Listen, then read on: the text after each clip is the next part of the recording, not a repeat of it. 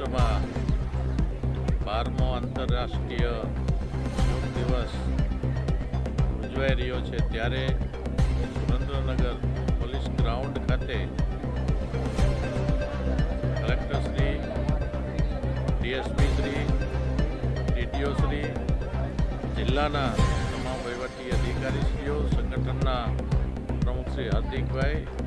કોર્પોરેશનના તમામ ચૂંટાયેલા પદાધિકારીશ્રીઓ અને અધિકારીઓની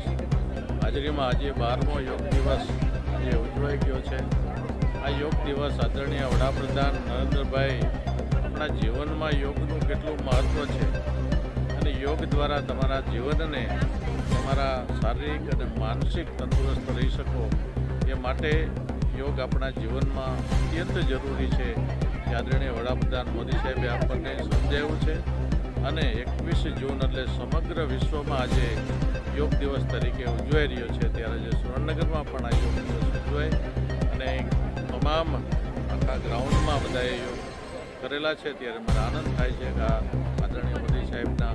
આ વિઝનને સાર્થક કરવા આપણે આપણું જીવન, આપણું શરીર તંદુરસ્ત રાખવા માટે યોગ કરવા જરૂરી છે.